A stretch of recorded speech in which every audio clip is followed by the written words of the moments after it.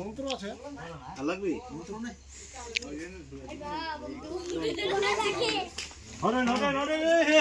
সুবল সরকার phone করেছিলেন আমরা যাই হোক এখানে গোখরো সাপ দেখুন ব্যাং বা ইঁদুরের লোভে হয়তো গেছে আর ওইও গেছে আর পড়ে গেছে উঠতে পারছে না সারা রাত ভিতরেও হয়তো উঠার চেষ্টা করেছে হাঁপিয়ে গেছে তো যাই হোক আমরা সাপটাকে উদ্ধার করে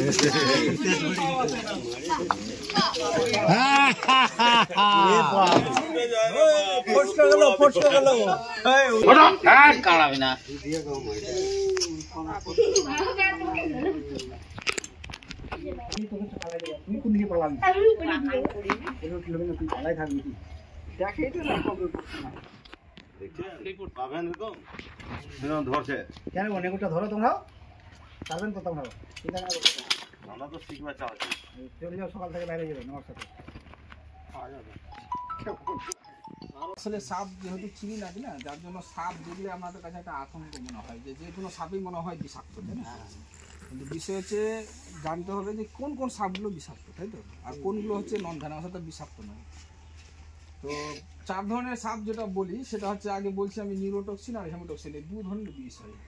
নিউরোটক্সিন যুক্ত বিষগুলো আগে বলে দিই তারপর বলছি হেমোটক্সিন নিউরোটক্সিন হচ্ছে আপনার এই যে যেটাকে ধরলাম কোখরো